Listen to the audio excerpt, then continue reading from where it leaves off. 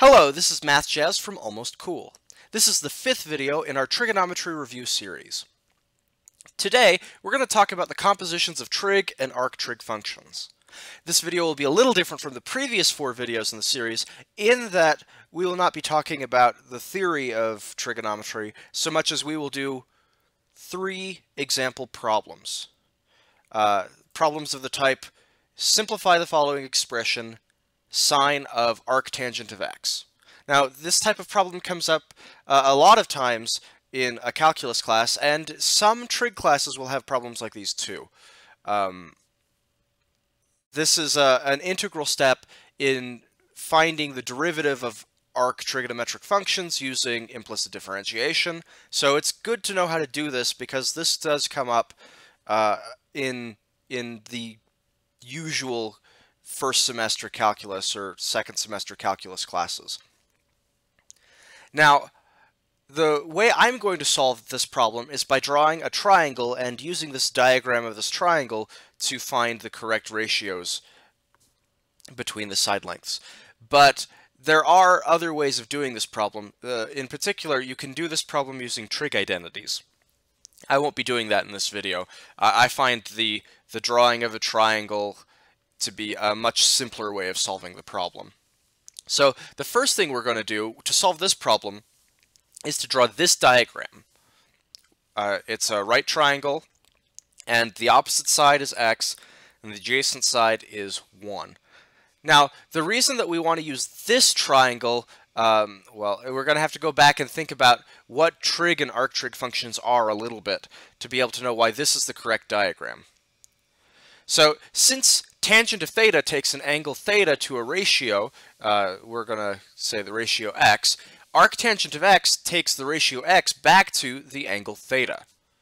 So, when we look at sine of tangent inverse of x, we can think, oh, well, that's just sine of theta, where theta is the angle such that tangent of theta equals x. That might have sounded complicated. But if we look at the second diagram, we see here's the angle theta, and if I asked what is the tangent of theta, you would say, well, it's the opposite over the adjacent, and so we'd get x over 1, or x. So asking for the arctangent of x is just saying, looking at this diagram and saying what's theta. Now, we don't actually need to know what theta is, we just need to know what sine of theta is. And, well, sine of theta is going to be the opposite side of this triangle divided by the hypotenuse.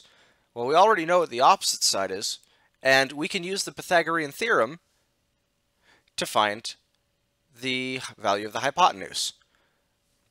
So we use this Pythagorean theorem, we're going to label the side c squared equals x squared plus 1 squared, so c equals the square root of x squared plus 1. And from here, we know that the length of the hypotenuse is the square root of x squared plus 1.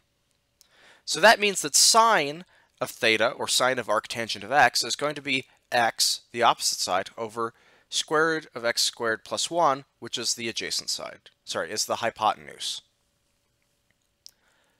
Example 2. Simplify the following expression. Secant of arc cosecant of 2 over 3x. We're going to start by drawing this diagram.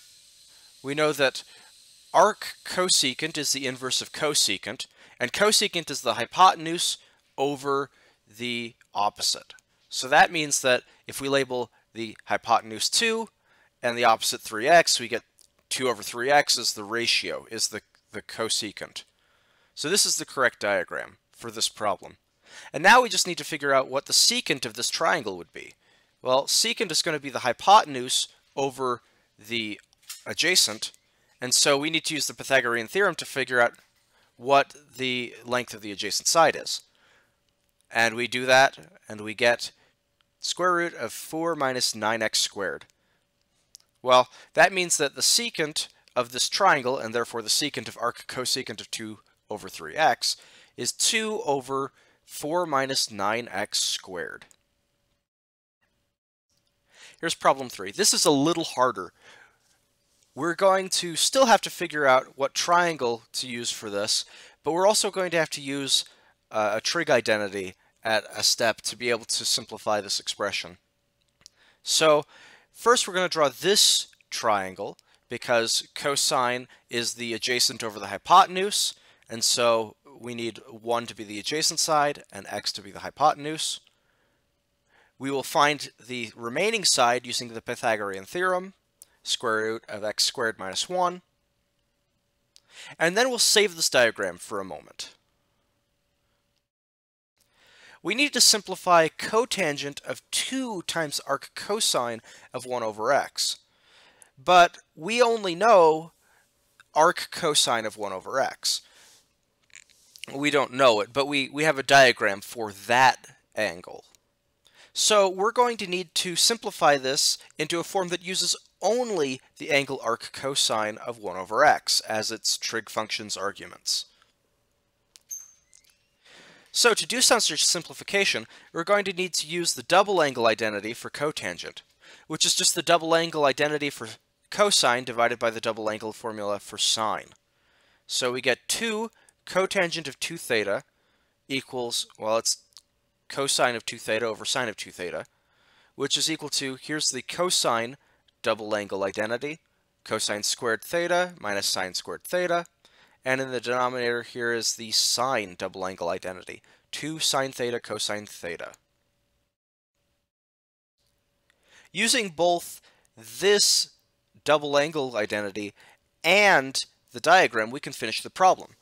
Because now we look and we say, oh, well, what is cosine of theta? Well, it's the adjacent, which is 1, divided by the hypotenuse, x. And sine of theta is going to be the opposite, square root of x squared minus 1, divided by the hypotenuse, x. We plug those two ratios into this identity, and we get cotangent of 2 theta is equal to, well, cosine squared theta is going to be 1 over x squared minus sine squared theta is going to be square root of x squared minus 1 over x squared, and so on. And this simplifies to 2 minus x squared divided by 2 times the square root of x squared minus 1. Thank you for watching this video. I hope you're enjoying learning calculus, and I hope that this type of problem makes more sense now that you've seen 3 examples of it. And I hope that you're having a great day. Contact information on the screen, email, website, and Facebook information. If you have any sort of comments or suggestions for these videos, please send your suggestions or comments to these places, and I will try to respond to them in a timely manner. Again, I hope you're having a great day, and goodbye.